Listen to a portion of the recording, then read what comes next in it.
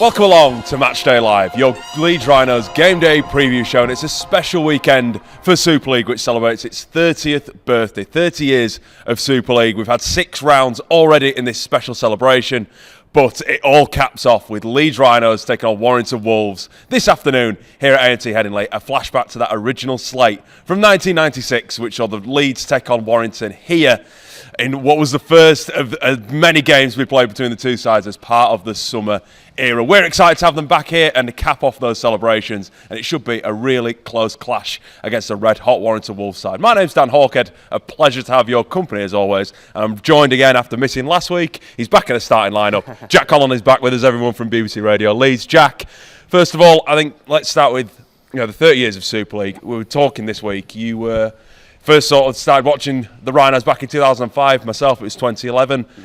What are your memories of Super League? How has it changed for you in the last 30 years or so? How have you seen the competition change? Well, it's been a ride, hasn't it, I guess? Absolutely has. You look back at that first ever game, the Paris Saint-Germain against Sheffield Eagles game over in Paris, which, I mean, in this day and age seems bizarre that was even a contest over there, but that was obviously the start of a completely new era for rugby league in the UK. I've seen highlights from that game so many times, and that is the players that played in that game go down as the history makers, I guess, to play in the first ever Super League game. And 30 years on, it's had its ups and downs. There's been all sorts going on in the game, as there often is in rugby league, but it's still going strong, and we've got a competitive 14 team Super League this year.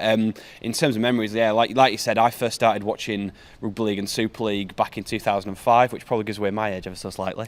That's just 2011 with myself, I think. In fairness, it does, it does. But I think for me, there's been so many huge and iconic games down the years. I mean, like you say, we talked this week about some of our personal highlights and picking out games, and for me, I think one's involving the Rhinos. I know our good friend from the Yorkshire Evening Post, Peter Smith, said on the official Rhinos podcast that his favourite was the 2011 playoff semi-final, Leeds beating Warrington at the Halliwell Jones, which, in fairness, when you asked me the question of my highlights or my most memorable games, that was one that definitely came up. It always does, doesn't it? Enough. Yeah, it's strange because there's been so many grand finals down the years, and that's the big one, but for me, those semi-finals are just nights like no other, with what is at stake, with what is on the line, the tension that you could cut with a knife going into those matches. It's a different sort of feel. That one step away from the big dance, it's like nothing else really for me. So I think that one is definitely up there. Another one, though, I think the year after, for me, when Leeds beat Wigan, 13-12 was the final score. Callum Watkins scoring that full-length try. He intercepts Callum, I think it was Sam Tompkins, and then just goes all the way down the field. Well, interestingly, that was the game where Sam Tompkins didn't play, and that was the big team news that day. It was Jack Murphy that played in that game. Yes, it was. Jack Murphy, I want to say it was his debut. If it wasn't his debut, it was maybe only his second or third game for Wigan. But that was the big team news before the matches, that Tompkins had missed out, and it was sort of mooted a little bit. There was whispers around the stand, I remember that. But yeah, he wasn't named. There was that shot of him after the game looking quite glum up in the sort of the gantry bit at Wigan, where the coaches and the players that aren't playing usually stand, and he was obviously the big miss for them. But yeah, that game and just the way it sort of ebbed and flowed, like you say, Callum Watkins up and the scoring with a full length interception to put Leeds in front. I think Leeds went in 11-0 up, I want to say, or 11-2. I think it was 11-0.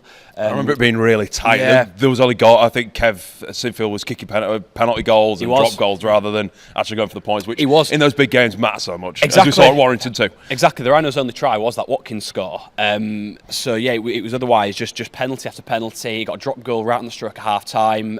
Wigan scored 2 in the second half to put themselves 12-11 in front, and with the game sort of petering out to a conclusion and in those sort of dying embers, it became iconic, didn't it, that Leeds team? They'd never give up, they'd never give in. There'd always be something about them. Even late on in the games when they'd be written off, they were still in it till the very last second, and it proved that way. And it was a high Sinfield bomb that was spilt by Jack Murphy, who, other than that moment on his it might have been his debut, on that big night, probably the biggest game he's ever played in, was otherwise pretty faultless. But it was just that one moment where he spilt that high kick into the arms of Ryan Hall. Off the next play, it went into the hands of Rob Burrow, I think, who ran straight at Liam Farrell, who was offside, and that allowed Leeds to kick the penalty from right in front almost. And 13-12 is how that game finished. So that was another one for me. Another one that I don't know why just sticks in my mind as being sort of one of those standout matches was 2015, Leeds away at St Helens. Early on in the season, I'd have to look at the scoreline. 47, I think, points Leeds put past The Saints. one here or the one at Totally Wicked? The one at the Totally Wicked. 41-16. 41-16. There you go. 41-16. It was as convincing a performance as we saw from Leeds that season. They really had the number over St Helens. Ash Handley scored a hat-trick in each of the games against Saints that year. Glorious. And it absolutely was. And that was probably that season his real introduction into the first team. He was in for an injured Ryan Hall, I believe, on that left wing. That game in particular, as often is the case with Leeds and Saints, they were pretty evenly matched on paper. But that game and how convincing Leeds won it was famous in the game as well, where Kevin Sinfield got left on the bench, and it was Liam Sutcliffe who started in the halves. So there were sort of subplots and mini stories sort of all around that game, but Ash Handley really sort of burst onto the scene with that hat-trick. His first being from an interception and racing down that left touchline. So can I. Orange boots he had on. And again, I don't know why that's one thing I remember, but orange boots just flying down that left touchline to score. And that, I think there was another one from a pass from Joe Moon, a nice little out the backdoor pass. And then his final try of his hat-trick was a crossfield kick from Liam Sutcliffe off the back of a break. And I don't know if that really sort of marked I don't know if you want to say a new era for Leeds, but you had players like Sutcliffe, like Handley, who at the time were very much on the fringes of that squad, but had got an opportunity in that game and really stood up to it. So yeah, I don't know why, but that's another one that just sticks in my memory.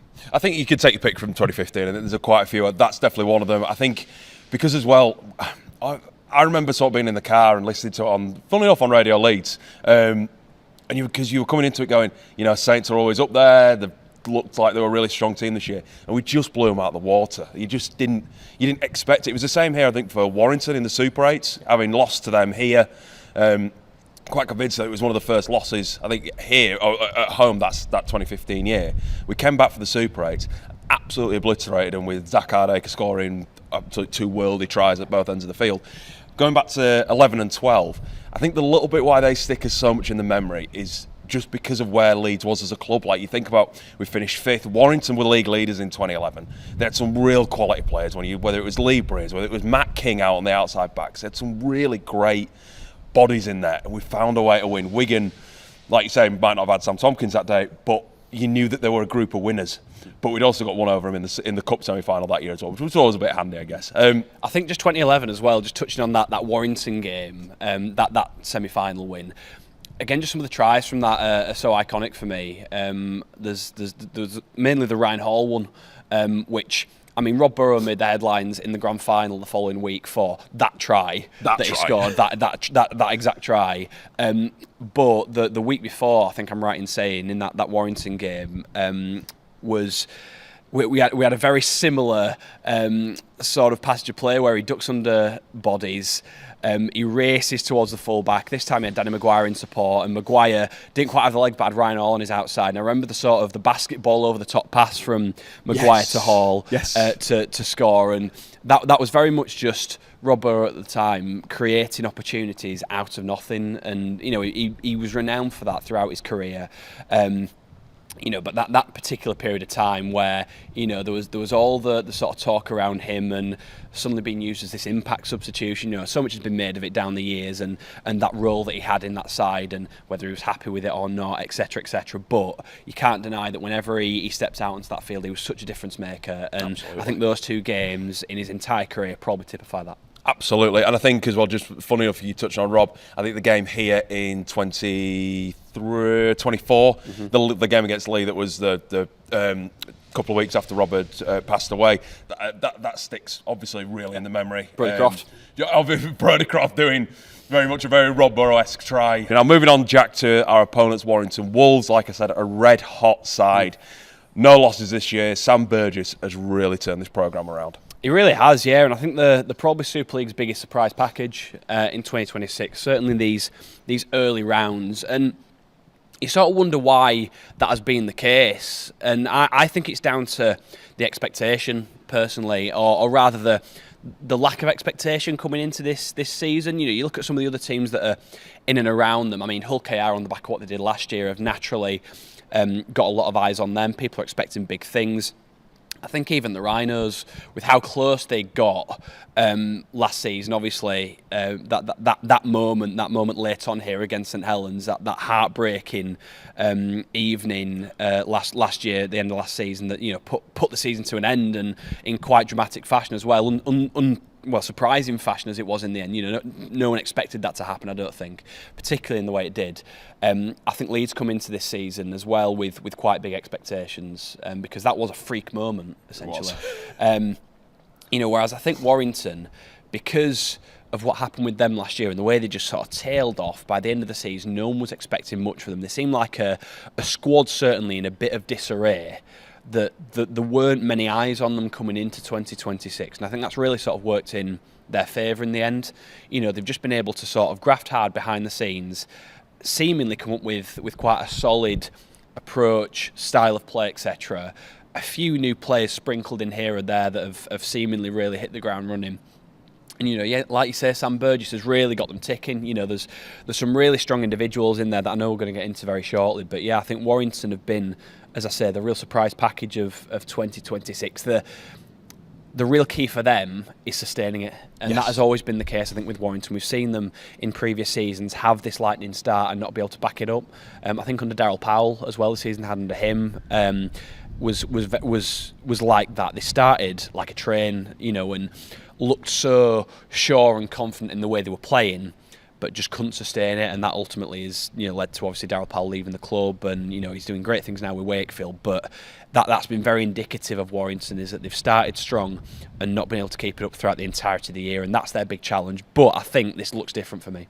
As well, Sam Burgess saying he's liking that low profile, he's liking that the club's going a little bit under the radar, but I think as well, the fact that he's done it since he arrived, is he's chucked those young players in, that he's looked at the academy, he's looked at the reserves, and he's given them opportunities, whether it was Adam Holroyd, who's now really truly made a breakthrough, whether it's Leon Hayes, who's had his problems with injury, but he's just working his way back in. The Thulis brothers, one of which we'll come on to very shortly.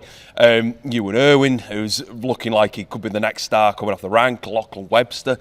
It just seems like an end. Aaron Lindop. The list's almost endless. But the fact that I think that he's really staying true to what he sees and what he wants the club to be, I think is also it's quite admirable that he's not sort of gone away and gone, look, I need some money, bring in all these new signings. They've brought in some solid signings, but it's really complementing those young players and really what Warrington's building as a club, not just as a team for this year. Well, I think the big one and the headline one probably from this year so far is Kai Taylor-Ray. Now, he's not going to be playing later on, but regardless, the early rounds of Super League, he's emerged as one of the big stars for me, and it's a big call, that, I think, from Sam Burgess, to give him that number one shirt when he had Matt Duffy still in the building at the time. You know, to nudge him to one side. Matt Duffy was, you know, he's very much had his critics, and rightly so, in the past couple of years, but when he first signed, he was one of their big signings at the time. You know, he was a big name coming in from Australia. They hoped he'd be a Bevan French, a Jay Field type player. Never really grew into that, and like I said, had his issues at the club, and, you know, the fans got frustrated with him, and he's now back in Australia. But it's a big call, that is, to nudge him out the way and give Kai Taylor-Ray that number one shirt and back him as your fullback. But I think when you look at his early performances in Super League this year, he's absolutely vindicated that, you know, with how explosive his running is. Some of those tries that he scored as well, he seems like a real live wire, and, you know, he was sort of involved in their squad last season. He was 18th man a fair few times, spent a bit of time as well on dual registration at Widnes. But, I mean, personally, I never really sort of heard big things about him. Now, they obviously rated him quite highly to have him just in and around the squad, and, you know, just have him in that environment as much as he was. But to properly put that, I guess, that pressure on a young man's shoulders like that with your number one shirt, you start in full-back role, you know, you are going to be my man for 2026 is a big thing to do. But at the same time, like you mentioned, he's not been shy for doing that, hasn't Sam Burgess?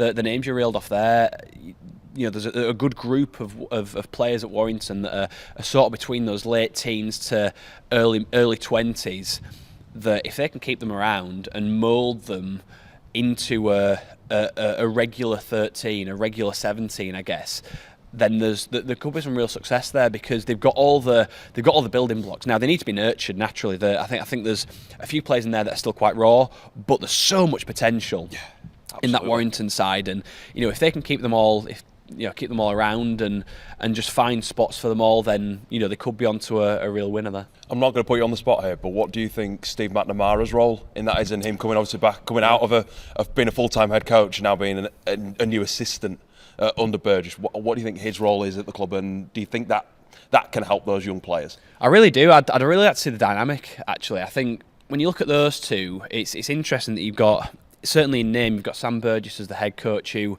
I think in relative terms compared to some of his peers is probably still quite inexperienced and quite green as a head coach. And then backing him up, as you say, you've got Steve McNamara, who's done it for years, who's, you know, years down the track with Catalan, with England, of course, with Bradford. You know, he's been in that role for so long and knows the ins and outs. He knows what it takes as well to bring young players through. So I think they've got a really, really strong coaching group and coaching setup, and with those two at the forefront of it, yeah, I think it's a very good point you make there. I think Steve McNamara is probably huge in that, but at the same time, I think even before Steve McNamara was there, you saw Sam Burgess still pushing those young ones through. Maybe Steve McNamara just adds a bit onto that when it comes to actually, you know, helping him trust those decisions, some of the work they do in the background, who knows. But I think they've got a really good sort of coaching group there as well, with those two at the helm. Well, let's move on to our players to watch, our key men for Warrington this afternoon. Jack, you've picked out a good variation. We'll start with, funny enough, talk about new signings. Let's talk about Liam Byrne, and you really rate him. I think he's a brilliant pickup for that forward pack that was missing a few. That look at the players that left in the off-season. He's certainly a player that upgrades their options in the front row. I think he's one of those that is certainly, if he's not there already, he's becoming one of the premier front rowers in Super League. You know, he's been at Wigan for years, came through their academy, was a bit in and out at Wigan until last season, and it was strange, wasn't it? Funnily enough, you know, when that move to Warrington got announced last year, all of a sudden he became like a first choice for Wigan straight away. And, you know, his performances were very much just demanding a starting shirt. He just had some punch and some toil, I think, to that Warrington front row, which they've been lacking a little bit. They've had Luke Yates there, who does a relatively similar role, but they've not had someone to sort of complement him, I don't think, for a while. I think Byrne very much fits that mould. That Warrington pack is interesting. You've got James Harrison in there that can play middle or edge, and he's played a lot on the edge in 2026. Played a lot on the edge in 2025 actually, but he's got that number 10 shirt, which very much indicates where he can play. But I think Sam Burgess likes his body type on an edge. He's a bit thinner, a bit more mobile. Whereas I think you look at Byrne and Yates as these two sort of wrecking balls in the middle, and I think Liam Byrne has just slotted straight in at Warrington and really complimented Luke Yates. I think Toff Sipley as well, who they've got off the bench, again just as part of that forward rotation, adds something in with the pair of them. But just on Byrne, yeah, I think he's very much grown over the past few years as. He's probably grown into his body a fair bit. You know, he's sort of mid-20s now. He's reaching his peak, and Warrington, I think, have picked him up at just the right time. And I think he's very much excelling and becoming one of the top front rows in Super League. It's a real shame we're not going to see Sipley today. Obviously, he's sidelined with injury. But I think, like you say, you're absolutely right in that Byrne is just that.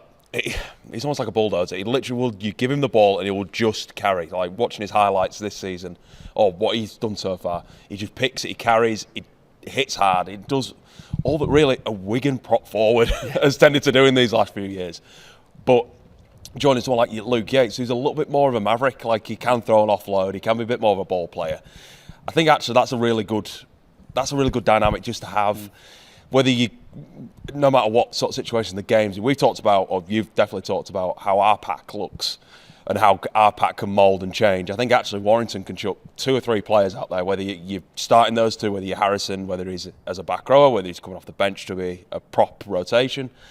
Actually, you've got a lot of options, even in game, to actually go, right, you've got two very different players that can still do the same kind of job, but each have their own little sort of nuance, a little thing that really works for them. Well, it's not even like he's guaranteed a spot, because Warrington have got several options in those front row spots as well, and players that are missing out at the minute. I mean, Joe Philbin got demoted in squad number this year. He's still kept a place on the bench, but he's an option, as we've said. Sort of Sipley's in there. Geordie Crowther is a player through the middle.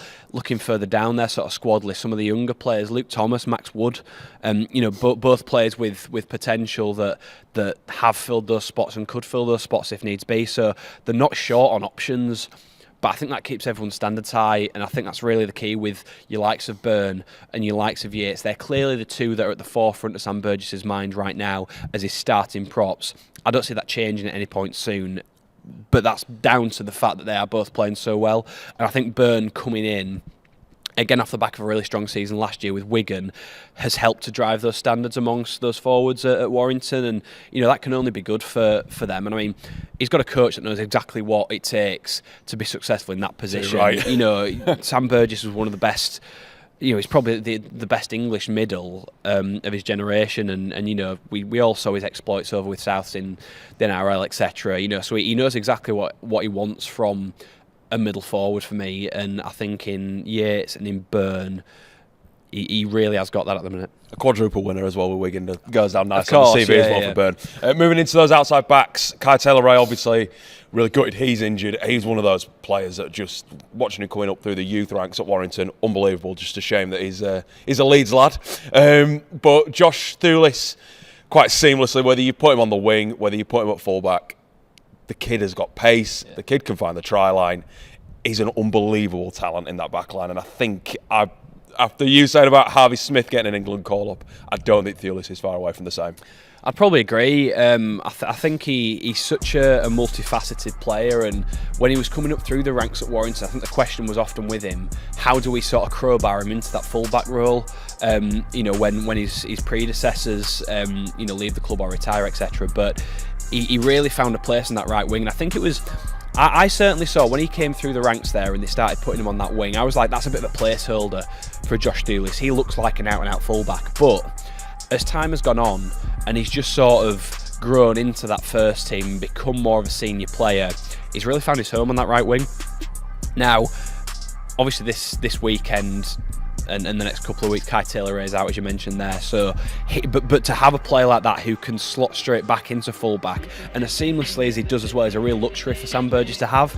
Now, that Warrington back line, I think Josh Smith, who they signed from Australia, has really added something, and he was the sort of Matty Ashton replacement on the left wing. He's now switched sides with Kai Taylor-Ray being out, so they've got quite a nicely settled back line, other than those sort of moving pieces there. But I think with Thulis now, he's probably a winger by trade, you'd say. When everyone's fit for Warrington, he plays on that right wing and he dominates that spot, and he is absolutely there. Because he's improved his finishing down that side. A lot of the wing play, a lot of the technicalities of that position, I think he's really grown into. But as a fullback, he's just as good for me. I think he matches a lot of the attributes that you need for that position in the modern day. He's got a good pass on him and a quick pass as well. He can chime into the line. He knows where to run when Warrington are attacking in shape. He knows where to put himself when Williams has got the ball in hand. He knows those sort of attacking facets and how to create chances for those players outside him. But equally then, on the flip side of that, defensively he's sound as well. He's a really good tackler.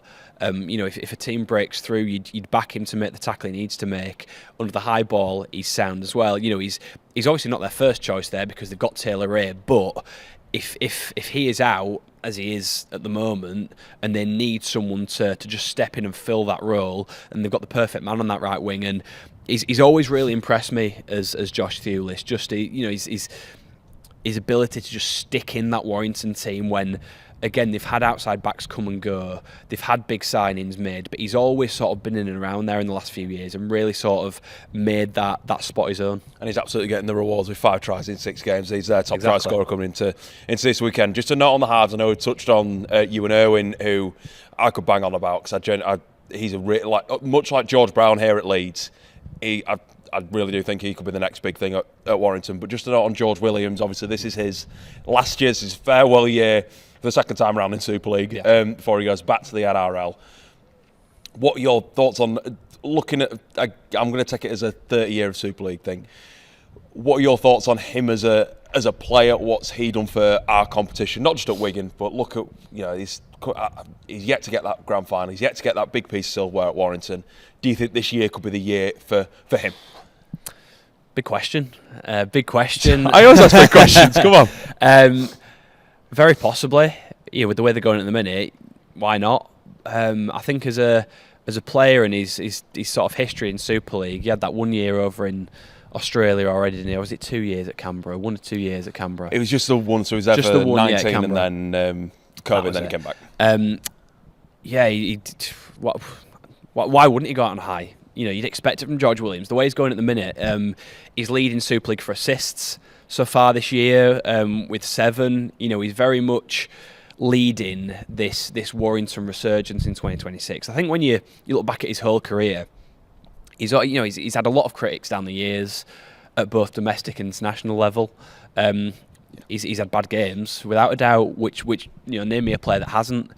But I think when you look at sort of Super League's consistent halves down the years, he's always been a bit of a point of difference and someone who has created things. I think whenever, as a fan, you watched him as an opponent on the opposing team, for me, certainly in his Wigan days, but a little bit more so now in his Warrington days too. I think this year in particular, when he gets the ball in hand, you were always sort of on red alert. You're always like, right, he's got the ball. What's he going to do with it? It's scary, isn't he really is, especially when he had that burst of pace as well. Wigan are his finest years. I think we can probably all agree. When he was at Wigan, he was absolutely at his peak. But for me, he always, whenever he got a ball in hand and was just running at the line, whenever he's got this ability to just fly onto the ball and come onto it at pace and be able to change direction without losing speed. And there's only, I think, a small handful of players in Super League's history that have been able to do that. We mentioned one earlier, Rob Burrow. He was fantastic at that. That was his bread and butter. And I think it's very much the same for Williams. He can fly onto the ball, and when he is, and he puts defences on the back foot straight away, he's so dangerous. Whether it's an overlap he's got outside him, whether it's equal numbers, whether it's the 3-on-3, he always seems to be able to find a way to unpick defences, and that's been the case down the years as well. But for me, whenever he got the ball in hand, he's always been a scary player when he's been on an opposing side. And I think he'll go down as one of Super League's finest halfbacks, I think, in an esteemed group when he leaves at the end of the year and goes to play in Australia.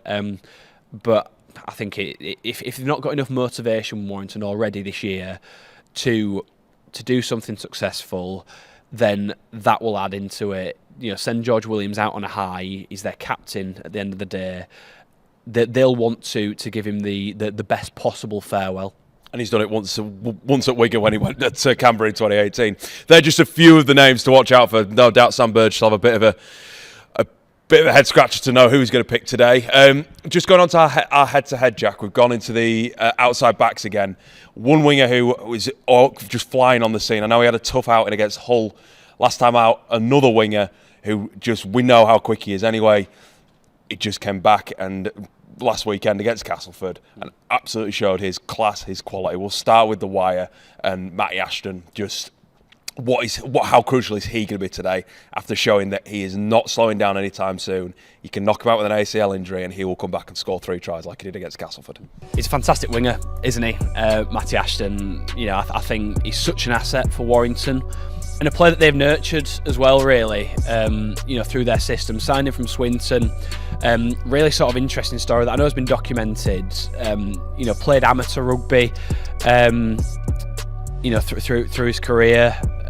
Had a year over in Australia, came back to the Championship, and then was picked up by the Wolves. And again, he's one of those, similar to, we were talking about Thewlis earlier on, has really made that left wing position his own. He was a fullback by trade at one point, but has really sort of grown into that position on that left hand side. Was cruelly had last year taken from him with that ACL injury, which funnily enough, Mike Acevo, very similar sort of situation. At least Ashton got a handful of games in last year and still scored some tries, but he's really come into his own as a prolific try scorer in the past couple of seasons. Last year aside, where he had that injury, the year before in 2024, 32 tries in all competitions. The year before that, 20, which, I think 20 for a winger full stop is a good return, but 32 tries in one season is some going. He's such a weapon, and it's the variety of tries he scores as well. He's a good finisher close to the line. He's got electric pace. If he gets a sniff of a gap and a bit of space in the backfield, then best luck catching him because he's so rapid. But I think I really enjoy watching Matty Ashton play, and I think he's one that, injury permitting last year as well, he'd have been one of Sean Wayne's first picks on the wings for England, and for me, he should be one of those first choice players that they've got there. England, for me, it's Dom Young, Matty Ashton, and probably Tom Johnston. E3 for me that are in the reckoning at the minute, in that conversation, at the top of that conversation. But he's such a weapon, and I think he showed it last week, coming straight back in. You always wonder how a player's going to sort of fit back in after such a long period out. There'll be that rustiness. I know Brad Arthur on Mike Acevo has admitted that he's probably not fit yet. Despite his try-scoring exploits, he's probably not at his peak yet. He's not fit. And Matty Ashton's probably in a similar boat. He's probably not at the level where they would like him to be. But equally, when they're easing him back into a side on the back of an ACL injury, you've got to be patient with players like that. And sometimes you just have to chuck them in there and see what they do. It's fight or flight, and he absolutely flew last week in that game against Castleford. And I think to the relief of probably a lot of Warrington fans, came through okay. Which for. He'll probably be a player to watch for them tonight, and a player for the Rhinos to keep tabs on. But I think for Super League as a whole, you talk about players that you want to see out there every week, and for me, Matty Ashton is one because it typifies what a stereotypical winger probably should be, in that he's really quick and he can score tries.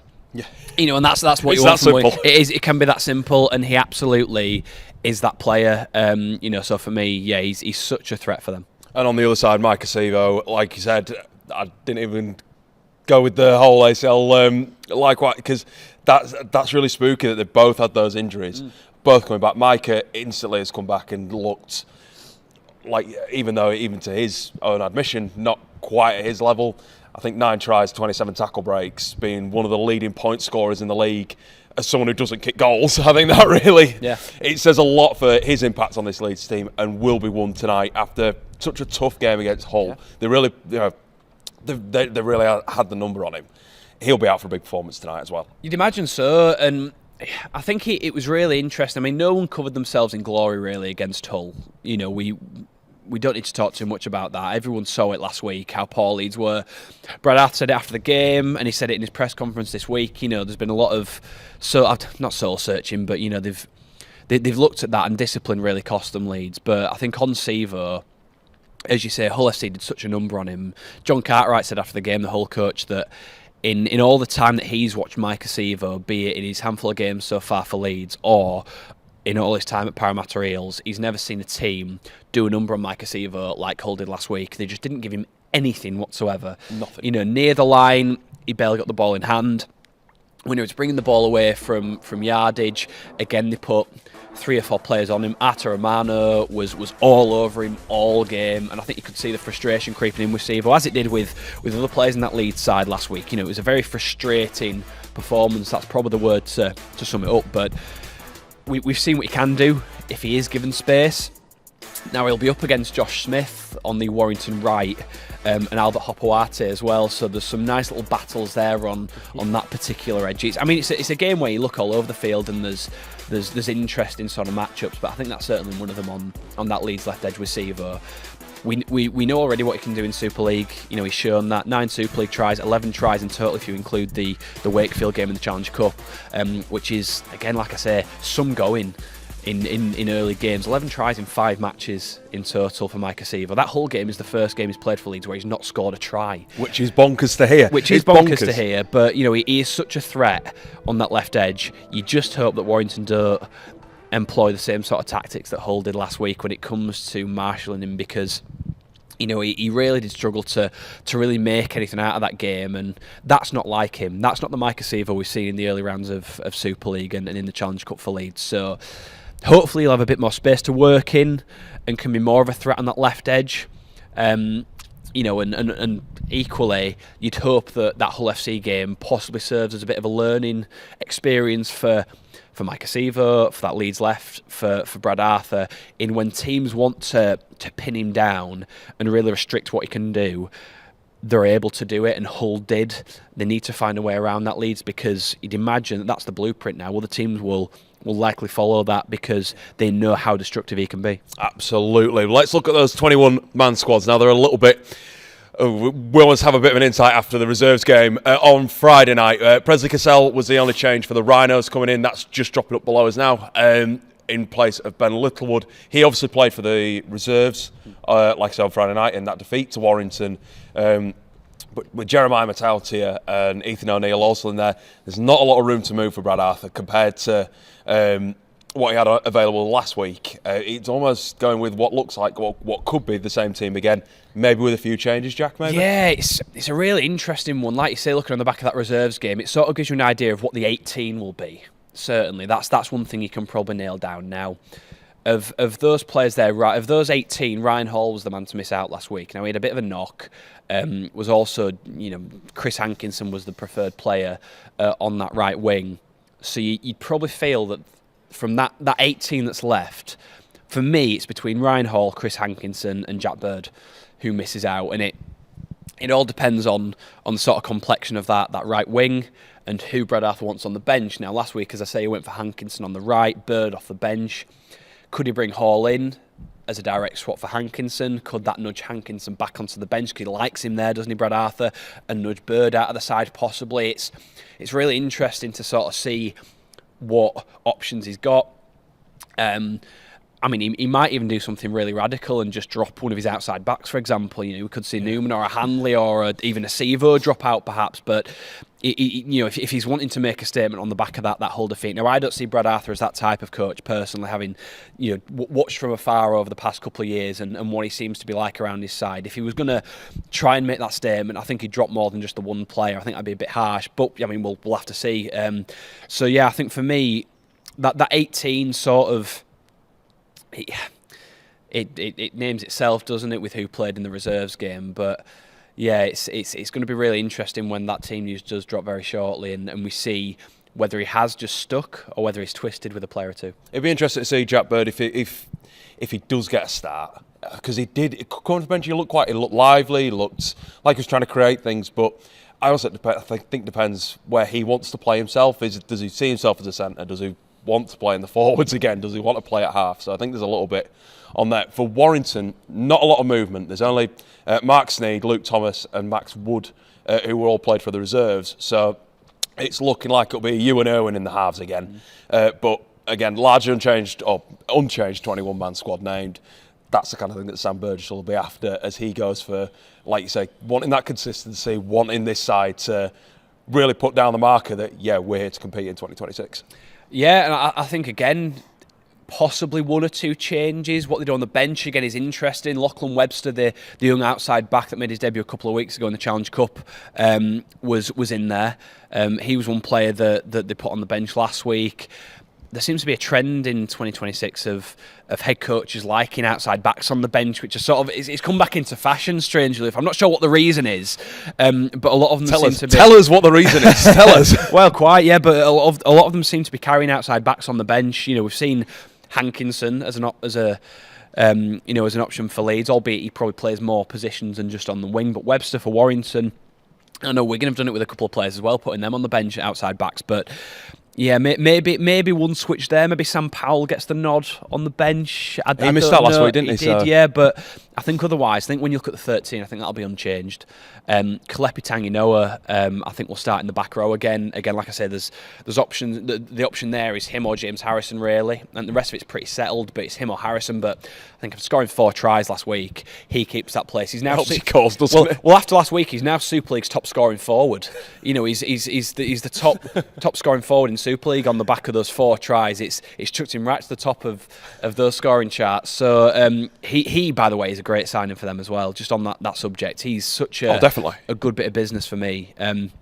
I don't think there's been a more explosive back row than Tanguy Noah in the past few years from when he was at Wakefield. I think at Hull KR, I think Hull KR struggled to properly fit him in and give him the game time that he probably wanted, just given the options they've got and the way that they like to play. So I think he was just probably unlucky to fall foul of a system that didn't suit him there.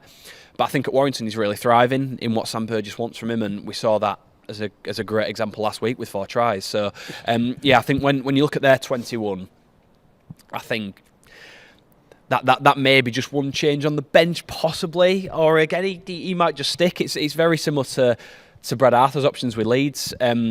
But yeah, I think one thing that is for certain, and what is telling from that reserves game, is that he's absolutely backing Ewan Irwin in the halves alongside Williams. You know, I thought Sneyd might get a shout this week, either as a starter or on the bench. Played him in the reserves. There's clearly a bit of a handing of the baton there, I think, in that half spot for Warrington. I mean, Ewan Irwin got all the plaudits in pre-season and how he looked. Andrew Johns, when he came over and spent a bit of time with Warrington, he commented on Ewan Irwin as being, you know, a real player to watch for the future. And, you know, if there's one person, one player from the history of rugby league that you're going to listen to when it comes to talking about halfbacks, it's Andrew Johns, you know, the eighth immortal over in Australia. So, you know, he's got an eye for talent, certainly. And I think Ewan Irwin is, yeah, like we've talked about so many of those youngsters at Warrington who are coming through the system and who are the next cabs off the rank. And I think Ewan Irwin, again, is a player, if they can keep him there, then I think you've got a long-term number 7 there. And, you know, he's come into this starting side in the past couple of weeks, and I don't see him relinquishing that jersey anytime soon. But I think Mark Sneyd as well still has a role to play in that side, looking at where Williams is, and looking at how he can help, because he's only 18, is Irwin. Like, I think Sneyd's experience still speaks quite heavily for